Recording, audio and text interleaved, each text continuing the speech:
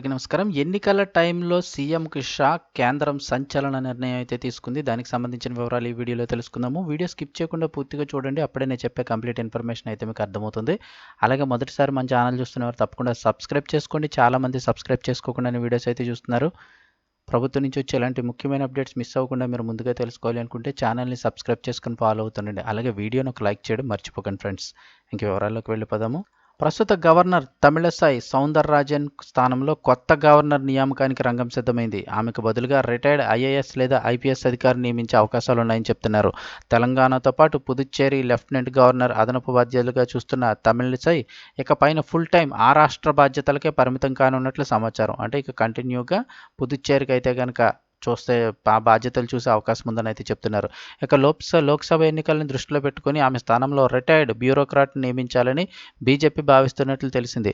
Intelligence input సాధారణంగా గవర్నర్ను మార్చాలని కేంద్ర హోంశాఖ సూత్రప్రాయంగా ఒక నిర్ణయానికి వచ్చినట్లయితే సమాచారం. ప్రస్తుతం తమిళసై సౌందరరాజన్ పుదుచ్చేరిలో ఉండగా అక్కడి నుంచి నేరుగా ఢిల్లీకి ఈరోజు రాత్రికి బయలుదేరి వెళ్లనున్నట్లు ఢిల్లీ హోంశాఖ వర్గాల సమాచారం. రేపు ఉదయం కేంద్ర హోంమంత్రితో జరిగే సమావేశంలో ఈ విషయం చర్చకు వస్తున్నట్లు తెలిసింది.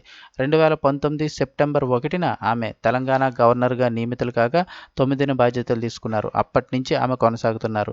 వచ్చే ఏడాది సెప్టెంబర్లో ఆమె 5 ఏళ్ల పదవీ కాలం పూర్తికానుంది. లోక్సభ ఎన్నికలను దృష్టిలో పెట్టుకుని గవర్నర్ మార్చే దిశగా హోంశాఖ కసరత్తులు చేస్తున్నట్లయితే తెలిసింది. 1-2 రోజుల్లో దీనిపై పూర్తి స్థాయి క్లారిటీ అయితే రానుంది.